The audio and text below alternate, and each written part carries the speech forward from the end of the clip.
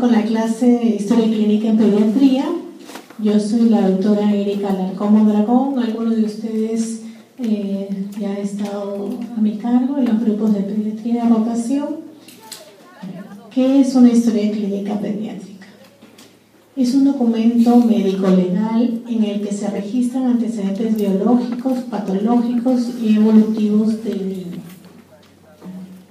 Al ser un documento médico-legal, entonces es un documento que podemos, los médicos, el personal de salud que labora en el hospital, hacer uso de él, pero la familia no, que es lo que habitualmente solicitan, ¿no?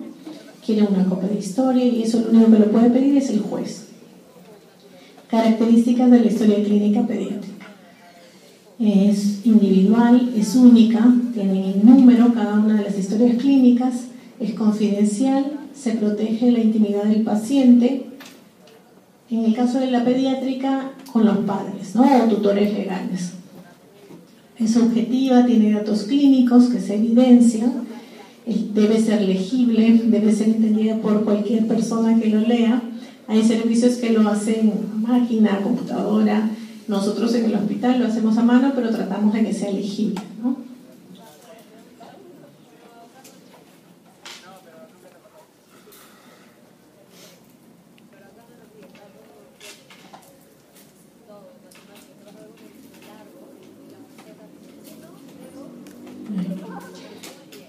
Además, es analítica, pues tiene los diagnósticos que demuestran la interpretación de la historia clínica, de todo lo que se hizo en la anamnesis, antecedentes y el examen físico.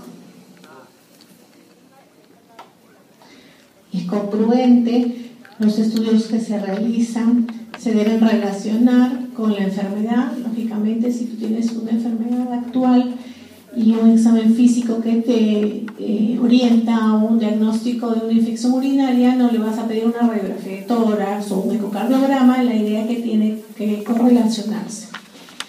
Debe ser organizada de acuerdo al orden de las hojas del formulario, que lo vamos a ver más adelante.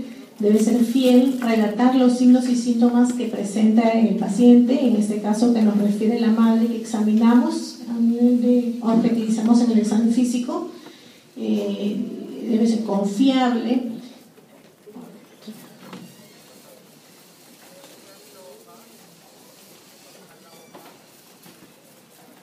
Confiable, pues solo podemos colocar información veraz. Obligatoria, al ser un documento médico legal, se realiza en cada atención médica, ¿no? En la historia clínica y consultorio, por supuesto, es mucho más sucinta, pero tiene que realizarse. Y disponible cuando lo requiere el personal autorizado. Los componentes de la historia clínica, los datos de filiación, las fuentes de la historia clínica, en este caso es los padres o tutor. A partir de los 6-7 años que el niño puede dar algunos datos y en la medida que sea confiable, se le puede preguntar también al niño. En los adolescentes prácticamente ellos hacen todo en la parte de la anamnesis, que donde hacemos nosotros el interrogatorio. Tienen la parte de motivo de consulta, que son 2 o 3 palabras nada más, es algo sucinto. Enfermedad actual, antecedentes no patológicos, prenatales, perinatales, postnatales, la historia de alimentación del niño, la historia de crecimiento y desarrollo del niño, inmunizaciones, antecedentes patológicos.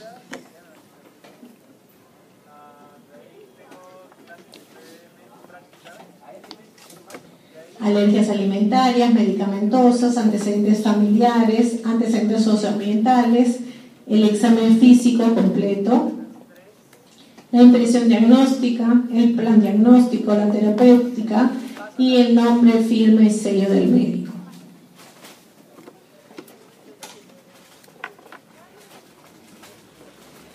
Las diferencias. Hay algunas diferencias en la historia clínica del adulto. El paciente de 0 a 6 años de edad, principalmente la ficha de identificación, los antecedentes no patológicos, el interrogatorio por aparatos y sistemas y la exploración física. Puede ser mixto hasta los 12 años.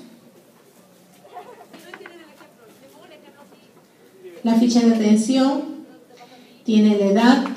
Dentro del primer mes de vida se colocan días, 5, 15, 28 días. Dentro de los primeros meses de nacido se colocan meses y días, 5 meses, 25 días. Dentro de los primeros meses y años se coloca, por ejemplo, 1 año, 5 meses, 2 años, 7 meses. Luego, en el interrogatorio, que este puede ser directo, indirecto o mixto, que es lo que hemos conversado. Directo cuando es un adolescente o es un niño mayor que puede darte datos. Indirecto cuando es con la madre, padre o tutor. Y mixto cuando puede ser variado, ¿no? La madre da algunos datos y el niño da otros. Es lo habitual en niños mayores, que sea mixto. El nombre de quien responde, por ejemplo, si es que la mamá responde algunas cosas, refiere la madre, y ya cuando el niño la refiere, se pone refiere paciente, ¿no? Referido por la persona que lo dice en ese momento.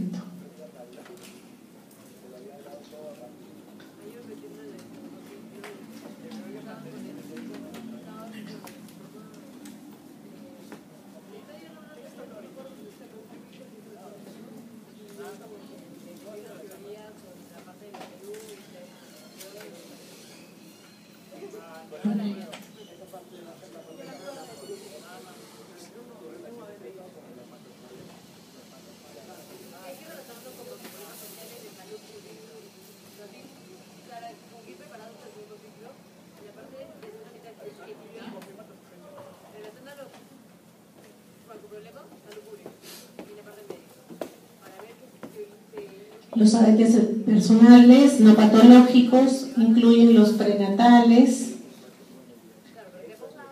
Entre los prenatales tenemos que ver detalle.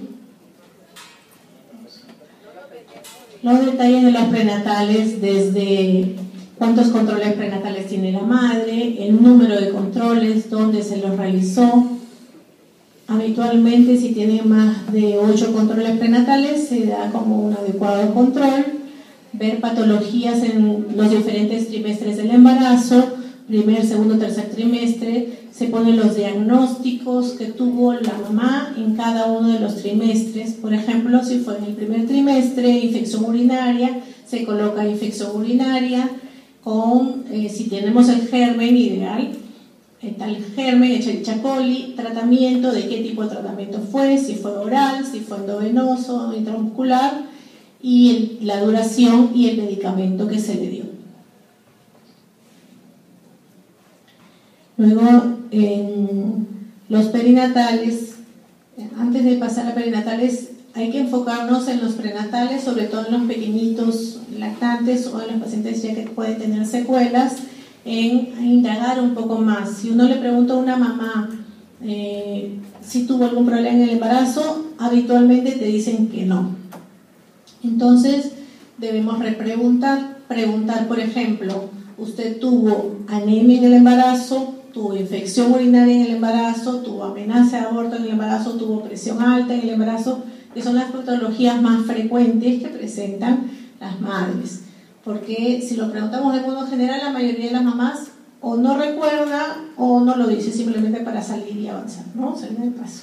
Entonces, sí hay que ser incisivos y preguntar las patologías más frecuentes. Cuando termina la mamá de recordar y comentarnos, preguntarle si hay algo más que usted pueda recordar o incluso lo puede decir al final, ¿no?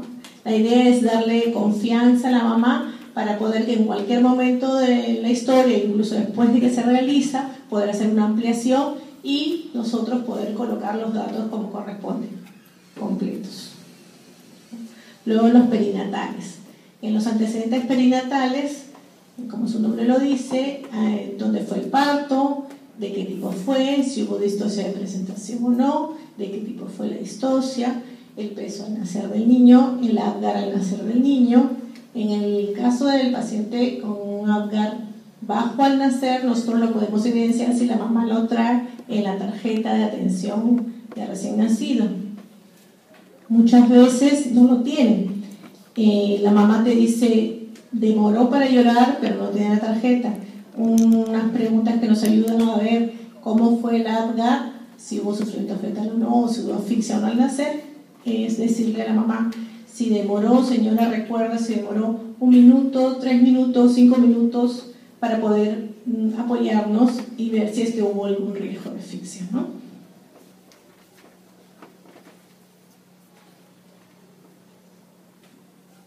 Luego los postnatales inmediatos, habíamos dicho, ya después de lavar, el peso al nacer, la talla al nacer, para ver si es un paciente pequeño, adecuado, grande, o un residuo de repente dentro del pequeño, si es simétrico, podemos ir viendo los antecedentes de la madre.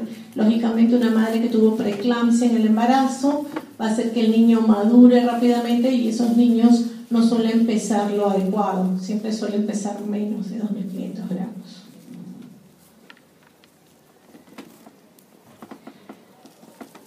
Desarrollo psicomotor, tenemos que ver la dentición también, el motor fino, motor grueso, lenguaje adaptativo, social.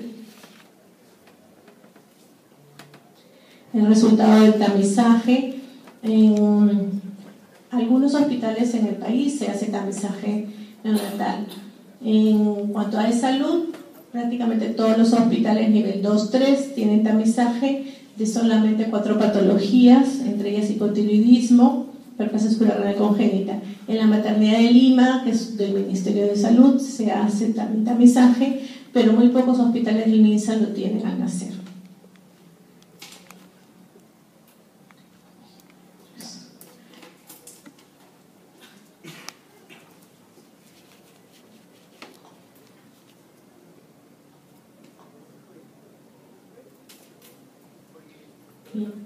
Entonces, estás en guardería si fuera el caso del niño, escuela, la alimentación, si tuvo lactancia materna exclusiva, mixta, artificial, edad de lactancia, la dentición, el lavado de dientes, el inicio de la dentición, endodoncias que pueden ser parciales, completas, dentaduras si es completa o no, caries, ortodoncia.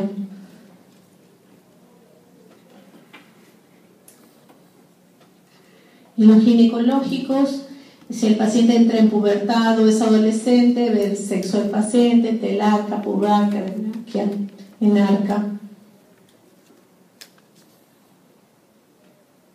Inicio de la pubarca, de la adrenarca, de la espermaquia.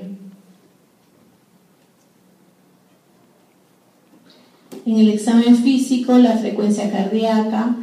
Según la edad del paciente, este es un rango promedio que tenemos para el recién nacido, lactante menor, mayor, niños de 2 a 4 años, de 6 a 8 años y adultos. En cuanto a la respiratoria, igual en una tabla, cuando lleven la clase de IEPI, de manera práctica, en los pequeños nosotros vemos, dependiendo del grupo etario,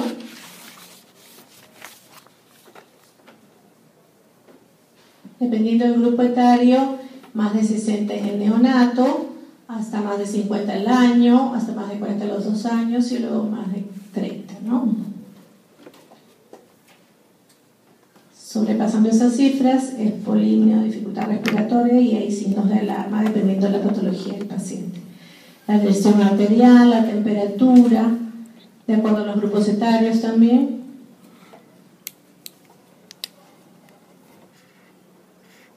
La somatometría. En este caso el peso al nacer, luego cuánto se debe subir más o menos a los 4 meses, a los 4 a 8 meses, entre 8 y 12 meses.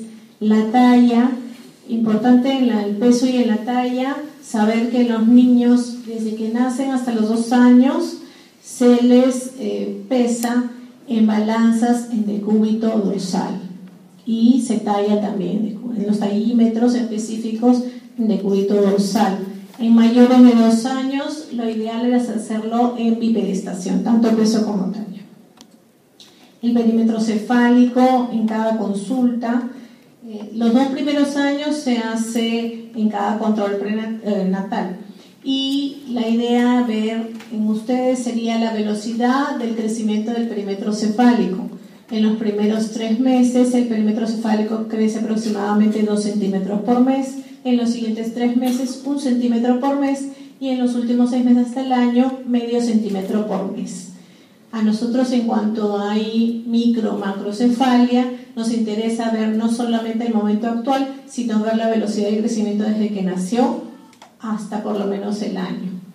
Y se debe medir el perímetro cefálico hasta los 3 años de edad. El perímetro torácico, que también es importante para ver, por ejemplo, los retrasos de crecimiento intrauterino, que son simétricos o asimétricos. Cuando la cabecita es más grande que el cuerpo, lógicamente es un asimétrico, y cuando se ve un niño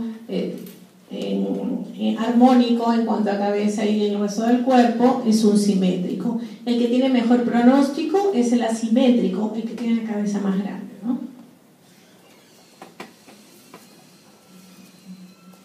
En la exploración física tenemos para recién nacido infante, escolar, infancia temprana, adolescencia, que en ese caso casi igual que el adulto, ¿no? Excepto en el desarrollo sexual. En lactantes tenemos que enfocarnos a crecimiento y desarrollo, es importante ver desarrollo psicomotor, tener los hitos del desarrollo psicomotor aprendidos para poder ver lo que está bien o es patológico, anomalías congénitas. Métodos de exploración, la observación. El paciente pediátrico no colabora mucho. La mesa del examen, el equipo mínimo, fondoendoscopio, cinta métrica, bajalenguas, equipos de hepatoscopio también.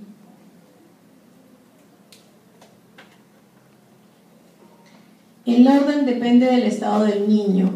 Lo ideal es hacerlo cefalocaudal, o algunos también empiezan por el aparato y sistema que está afectado, pero eso depende del niño, ¿no? Los lapsos, tiene que haber lapsos para la alimentación, para arrollarlo, para cambiarle de pañal, mejor se orina en el momento.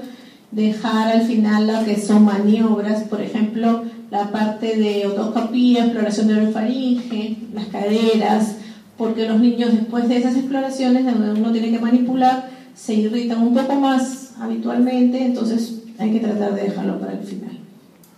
En mayores de 6 meses, allá empieza la ansiedad de extraños por la separación con la madre, mucho más flexible el método de las órdenes, hay que lograr familiarizar el médico con paciente en la parte de la empatía y incrementar el contacto visual, auditivo. Nosotros llevamos mucho la parte de juguetitos y cosas de colores, visuales, con sonidos o iluminación para que los niños estén un poco menos a la defensiva, ¿no? Entonces lo que primero hacemos es jugamos con ellos y luego ya esperar que permitan que los examinemos.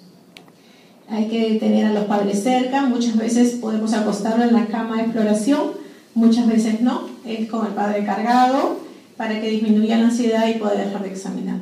Obviamente hay exámenes como por ejemplo el examen físico del abdomen que les acaba de dar la doctora Karim, que tenemos que necesariamente acostar un rato al paciente, ¿no?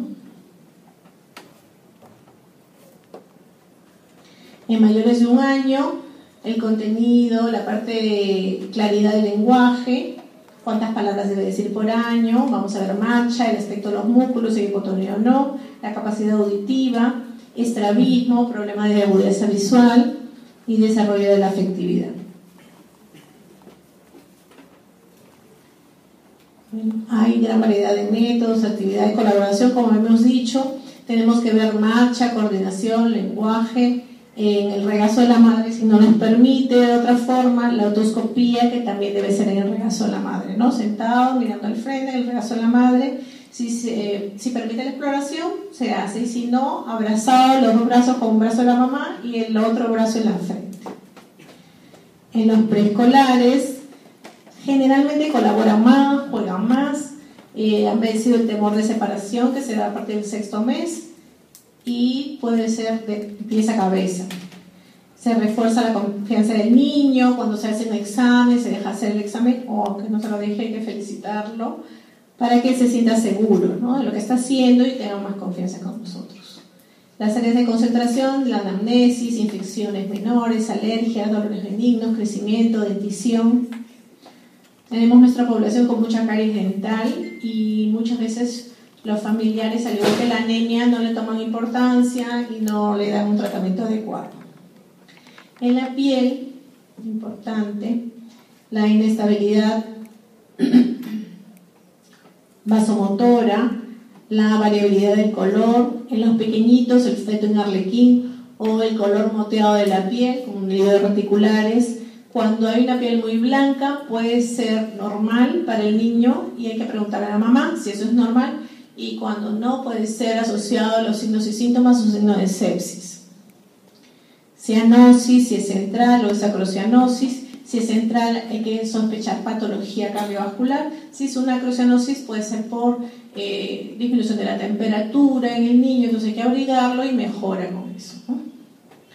La plétora en pacientes, por ejemplo en los neonatos, con mucha frecuencia se ven pletóricos porque tienen su hemoglobina por arriba del valor normal para un niño, y rubicutos, ¿no?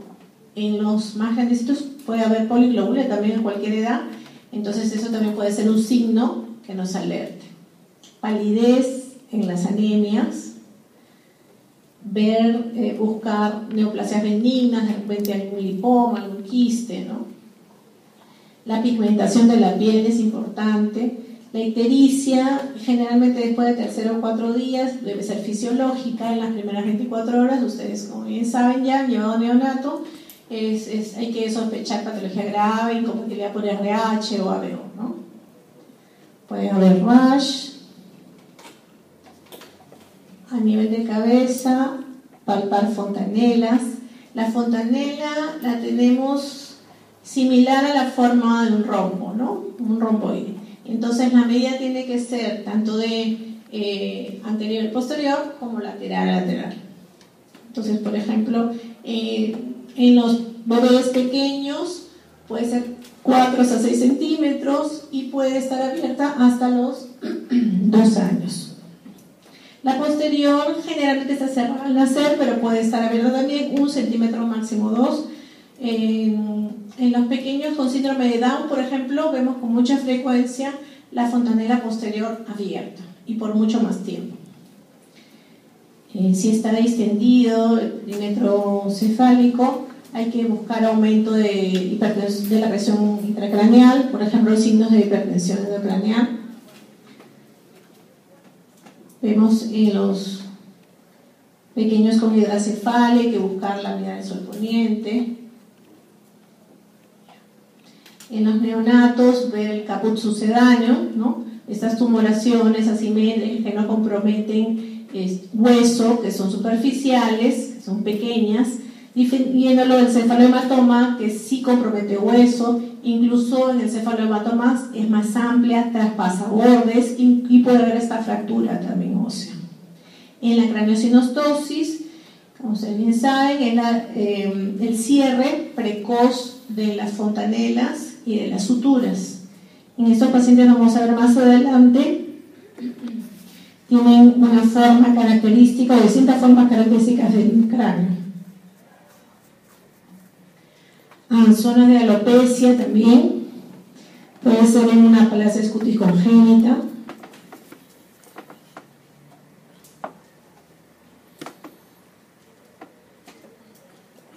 En los ojos hay que ver el diámetro y el espacio entre ojo y ojo para ver hipertelorismo, ¿no? Si la separación es aumentada o si está muy cerca, hipotelorismo. Las escleróticas azules que nos hablan, no puede ser normal en ciertas poblaciones, nuestra población tiene con mucha frecuencia escleróticas azules, pero también hay que sospechar, de acuerdo a la sintomatología del paciente, enfermedades reumatológicas. Opacidad de la córnea, importantísimo para ver algún signo de catarata y diagnosticarla a tiempo para evitar la ceguera en el niño, ¿no? El coloboma, las pupilas pueden estar mióticas hasta la 3ª semana y ser normal en los pequeños, el reflejo de parpadeo, el reflejo rojo, la implantación de las orejas, si están bajas, sospechar alguna patología congénita, aspecto del oído medio, el oído externo, también ver malformaciones en este caso, microtía, reflejo acústico primitivo, hay ausencia, hay que evaluar los tonos del reflejo acústico, infección en el oído medio. Cuando están recién nacidos puede estar lleno de vermis, la membrana tipánica puede estar abombada por la presencia de líquido amniótico y ser normal. La rotación final de las membranas a las 6 a 12 semanas, a partir de ese tiempo debería ya estar normal la membrana. En boca y garganta, labio, paladar hendido, reflejo de succión, que desaparece entre 9 y 12 meses, fuera de esa edad es patológico, ¿no? Hay niños con problemas neurológicos que 2, 3 años, 4 años siguen succionando y eso es patológico. La saliva, limita en los primeros meses, cuando hay un problema de obstrucción esofágica, puede haber cialorrea, la úvula puede ser bífida, perlas de Epstein, amígdalas no son visibles en los recién nacidos, las aftas de Bernard y micrognatia. En el cuello debemos ver simetría, si hay quiste de tirogloso, arco braquial o higroma. Palpar clavículas, que en neonatos, cuando hay partos distóxicos o macrosómicos, suelen fracturarse las clavículas en beneficio de un buen Apgar para el niño, ¿no? Se fractura para evitar que el niño tenga sufrimiento fetal y asfixia a futuro.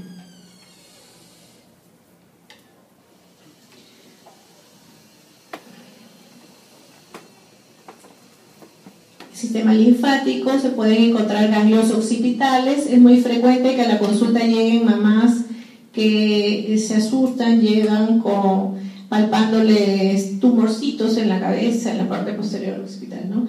Entonces, hasta los 2 años pueden ser palpables. Lo importante es saber el tamaño de las adenopatías, ¿no?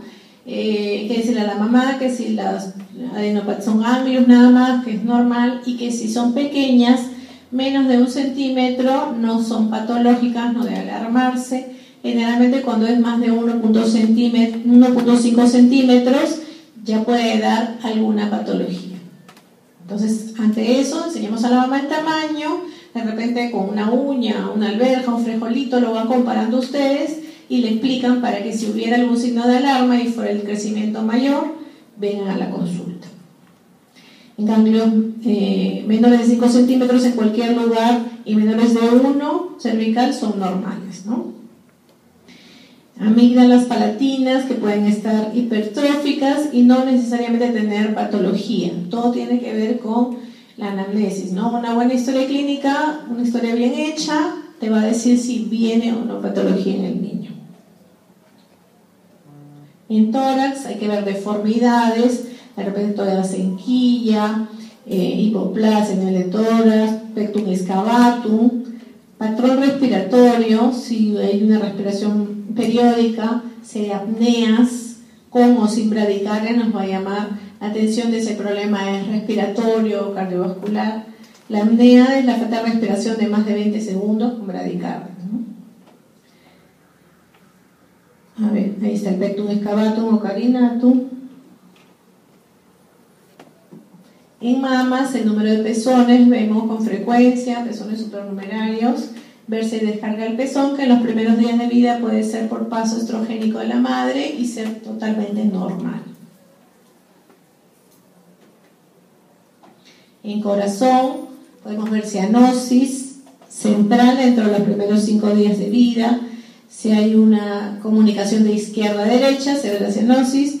Cuando hay insuficiencia cardíaca, rechazo a la alimentación, taquicardia mayor de 200, recuerden los parámetros, 160 en ellos es normal, taquimia, palidez, hepatomegalia, el choque de punta, que debe ser normalmente en el quinto espacio intercostal, el lado izquierdo, línea media clavicular. Si está fuera de esa zona o si es incluso visible, como hemos tenido hace poco una niña con una pericarditis, es patológico.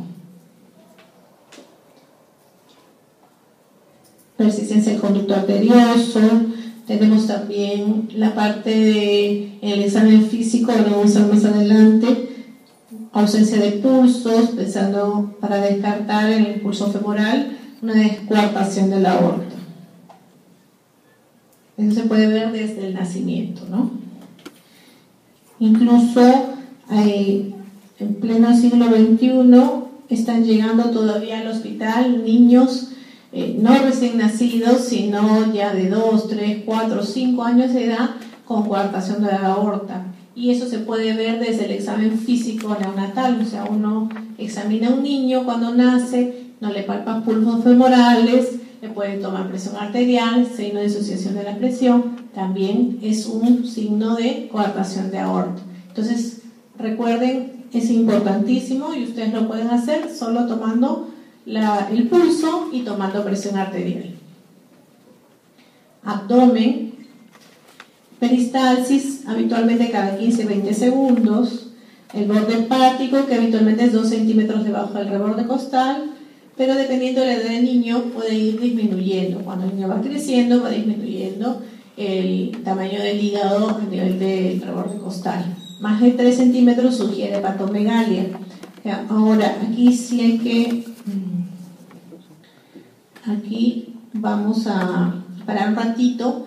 En cuanto al palpar el hígado, tenemos que ver, nosotros tenemos niños que llegan habitualmente con una gran hepatomegalia. Si nosotros empezamos a palpar en cuadrante superior derecho, no vamos a encontrar el hígado crecido, pero si empezamos a palpar desde fosa ilíaca, entonces ahí sí lo vamos a encontrar. Entonces hay que palpar abdomen. Si no están seguros que han palpado hígado, pueden empezar a explorar fosa ilíaca derecha hacia arriba y en fosa ilíaca izquierda hacia abajo si es el vaso lo que se sospecha que tenga un aumento de tamaño, ¿no?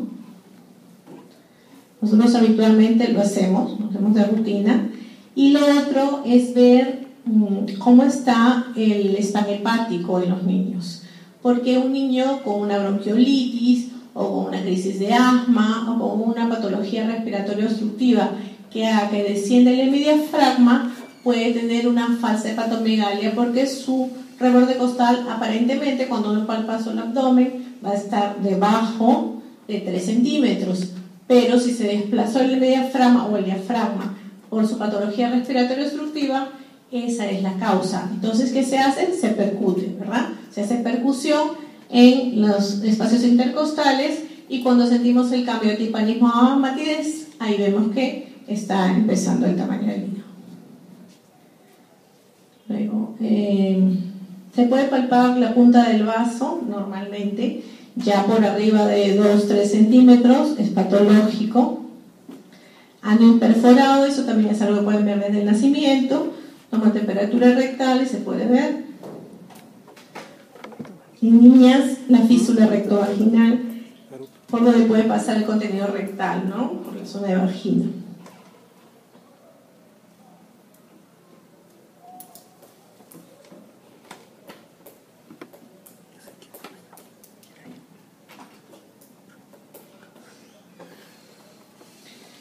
El abdomen puede estar distendido por falta de fuerza a la pared, no necesariamente porque haya una patología aguda o quirúrgica. En los neonatos, por ejemplo, tienen su abdomen batraciano, ¿verdad? Que eso ya lo han visto ahorita. Y mientras ya los rectos abdominales se van haciendo fuertes, va creciendo el niño, entonces esto va mejorando. El escafoides, si es que encuentra uno un abdomen escafoideo al nacer, hay que tener sospecha de hernia diafragmática. ¿Por qué? Porque habíamos dicho que los neonatos tienen su abdomen batraciano, o sea, son vasocitos. Si lo ven excavado, hay que sospechar hernia diafragmática. Hernia umbilical común en afroamericanos y en síndrome de Down, hernias gigantes. Una hernia umbilical, por ejemplo, un niño que no tiene síndrome de Down, que uno la vea grande, incluso la puede diferir, la puede esperar, pero se le dice a la mamá siempre que tiene que esperar hasta el 1 año y medio para poder hacer un tratamiento quirúrgico, ¿no? ¿Por qué? Porque después del 1 año y medio los rectos, como habíamos dicho, abdominales se fortalecen y las hernias desaparecen en un 90% de los niños. El onfalocele, la gastrosquisis, que es una emergencia quirúrgica, el cordón umbilical. Normalmente tenemos 2 arterias, una vena. Si es al revés, si tenemos una arteria, dos venas o una arteria, una vena, hay que sospechar patología renal o patología de médula espinal. Cuando hay una descarga clara por la cicatriz umbilical, sospechar que puede ser orina y persistencia del uraco.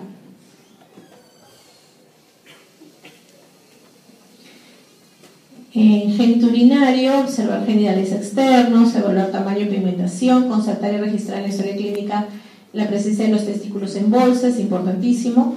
Recordar que el aumento de los órganos sexuales comienza aproximadamente a los 2 años antes de la pubertad y que generalmente comienza entre los 9 y 11 años en niñas y entre los 11 y 13 en los niños. En el 30-35% de los varones puede aparecer un agrandamiento, congestión mamaria, unilateral o bilateral, como consecuencia de producción estrogénica por parte de los testículos y que revierte entre 6 meses y 1 año. Hay que ver, genitales ambiguos, que eso deben haberlo visto ya, hipopadias, epispadias, hidrocele con la transiluminación. Verificar bien, en el caso de los hipopadias y epispadias, porque muchas veces se ha pasado la zona del orificio, ¿no?, mitral, hernias, descarga vaginal blanquecina, que puede ser incluso sanguinolenta, normal también por paso de hormonas, de la madre recién nacido. Músculo esquelético es una apariencia del resultado del empaquetamiento intraútero. Importantísimo, les comentaba a mis alumnos, constatar que no solamente que tienen indemnes los miembros superiores e inferiores, sino que además contar los 20 dedos, o incluso más que contar, además de contar los 20 dedos, ver que estén todas las falanges completas. Hace muchos años, cuando yo estaba todavía estaba en segundo o tercer año de medicina, nos llevaron a rotar y nos dieron nuestro primer parto. El interno nos dio el primer parto, nosotros estábamos emocionados, éramos un grupo de 4, hicimos guardia, esa noche nos quedamos en el hospital, nació el bebé, cada uno tenía su bebé asignado y al día siguiente teníamos que evaluar al neonato. Al evaluarlo, todos hicimos nuestra evolución y todos estamos felices y contentos, y una de las mamás dijo que su niño tenía un dedo más y nadie se había dado cuenta de que el niño tenía un dedo más. Entonces los dedos supernumerarios importantes. Luego ya como pediatra nos ha pasado con frecuencia en el hospital que hay mucha más patología genética, que a veces no tienen las falanges completas, tienen los 5 dedos de cada mano, los 5 dedos de cada pie, pero por ahí le falta una falange por aquí, por acá. Entonces hay que ver en detalle eso, ¿ya? Las clavículas, igual, que estén indemnes, si hay una fractura, vamos a ver la pérdida de continuidad, el aumento de volumen, pero eso generalmente no tiene mayor problema. Es muy raro que además de fractura de clavícula haya lesión del plexo braquial, y ahí veremos ya otras cosas, ¿no? Parálisis, entre otros. Las parálisis en miembros superiores, que es lo que les decía, generalmente es por lesión del plexo, ya no es una simple fractura de clavícula, sino se lesionó todo el plexo braquial, y hay una asimetría cuando uno hace la extensión y ellos lógicamente mueven el miembro que no está lesionado y el que está lesionado lo inmoviliza, ¿no? El signo de Galesi.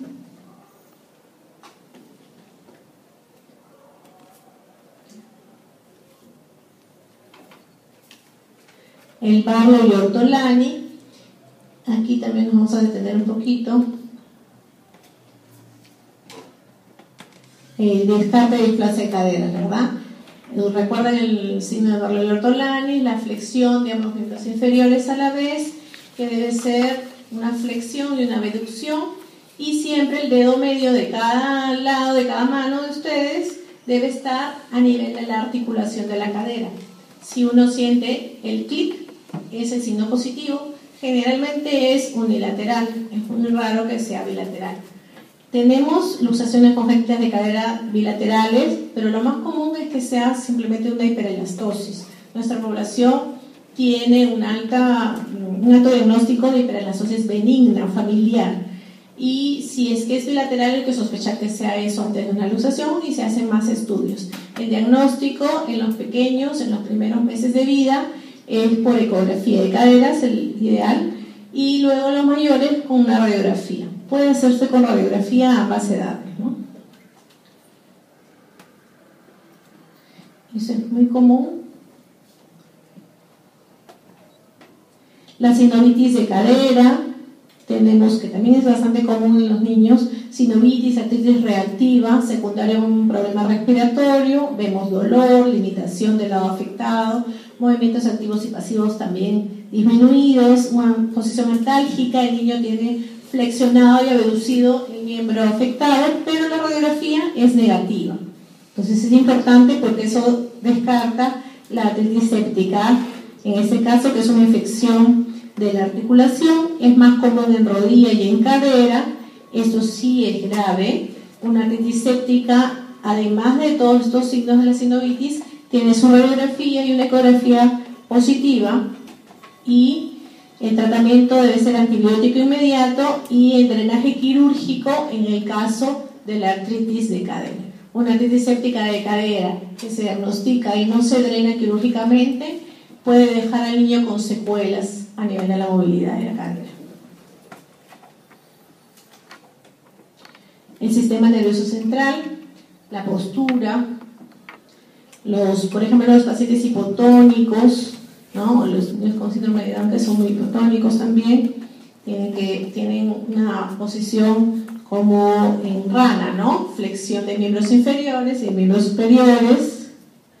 Hay que ver la hiperextensión del cuello en los pacientes con problemas neurológicos también, niños que tienen una posición como si fueran apistótonos, ¿no? Hiperextensión del cuello, hiperextensión a nivel de columna también, la simetría de las extremidades, los reflejos, los movimientos articulares, la fuerza, movimientos espontáneos, expresiones faciales. Mucho vemos la simetría a nivel facial. Cuando hay asimetría podemos ver una parálisis facial o podemos ver también patologías genéticas que tienen que ver con dismetría facial corporal. Movimientos oculares, ver si son simétricos, que haga el seguimiento el niño o uno ver mientras está haciendo el interrogatorio cómo mueve los ojitos el niño, si los pone hacia adentro o hacia afuera puede haber un estrabismo. Primario o secundario a causas metabólicas o genéticas también.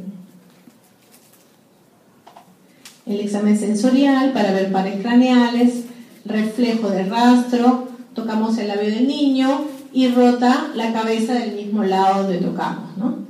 Y agarre plantar, la presión palmar. Generalmente la plantar la hacemos con el dedo, una cosquillita, y hacer el agarre, ¿no? Y en la palmar igual, ponemos el dedo y te presiona.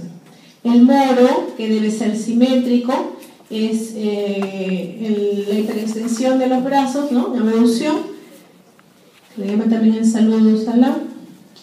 El reflejo de Gallans, cuando tocamos una región paravertebral del hombro a la región sacra, el niño hace lateralización y flexión del mismo lado. El reflejo de Pérez, se pone el dedo en el sacro, se recorre hasta la cabeza y se extiende la cabeza y se flexiona la columna. El reflejo de la marcha,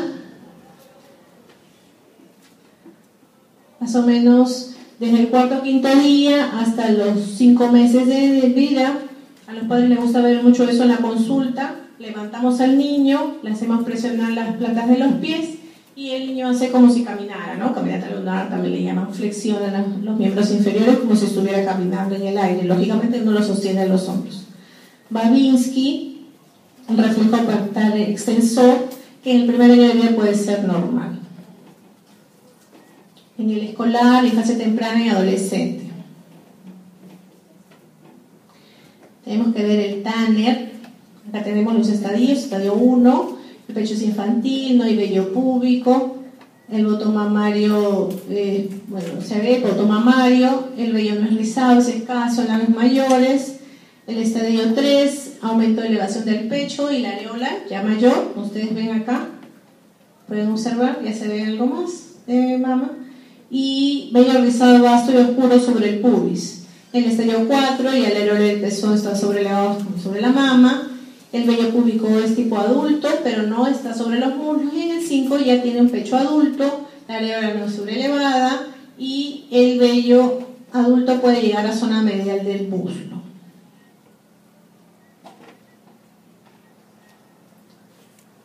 En niños, en el 1 igual no hay vello púbico, los testículos y pene son infantiles.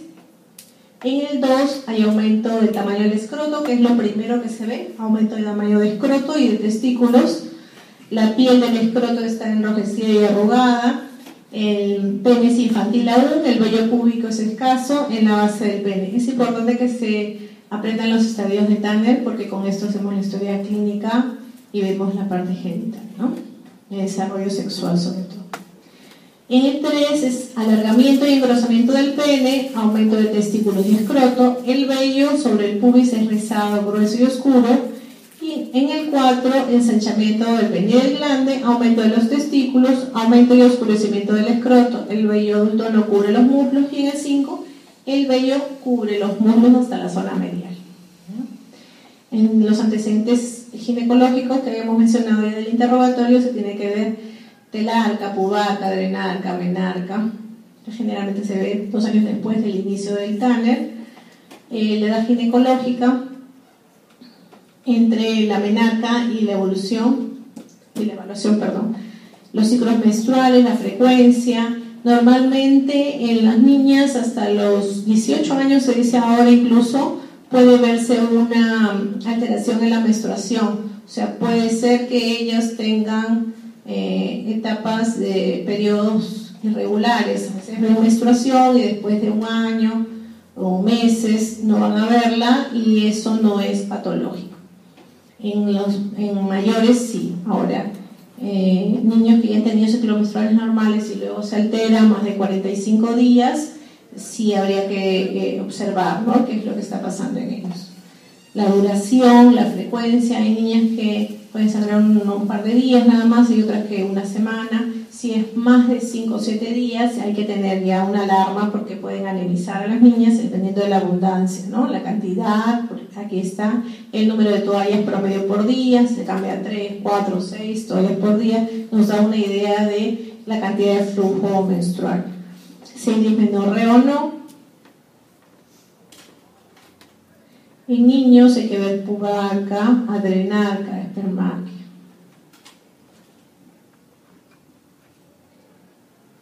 En genitales, ver deformaciones, hernias en el pene, fimosis, adherencias, talones prepuciales, que de eso ya conversaron con la doctora Karin, hipospadias, testículos, tamaño, el hidrocele, si hubiera la transiluminación positiva, la criptorquidia, la ausencia de uno de los testículos o ambos en las bolsas escrotales. Bueno, ahí está la transiluminación, tumores, el cordón espermático, varicocele. Vulva, tenemos que ver limen, adherencias, de eso escuché que estaban conversando, secreción, clítoris, la integridad, y evaluar Tanner. Importante evaluar Tanner. A nivel de ano rectal, atresia, fisuras, condiloma, prolapso rectal, eritema perianal, absceso perianal también. En columna, los signos meningios, la rigidez de nuca, el Kerning, el Brusitsky, cefálico y contralateral, las curvas normales, la espina bífida oculta, que es una de las más comunes. Vemos nosotros alguna protuberancia o un mechón de pelos en la parte final de la columna vertebral y eso nos hace sospechar una espina bífida oculta. Como conclusión, tenemos que plantear los diagnósticos, ¿no? Planteamos las hipótesis. Se puede plantear de inicio diagnósticos sindrómicos, por ejemplo, síndrome emético, síndrome diarreico, ¿no? Síndrome febril, y luego llegamos ya a un diagnóstico de certeza. Si no podemos dejarlo en el planteamiento sindrómico general, pero lo ideal es llegar al de certeza. Esto se formula en forma explícita, sencilla.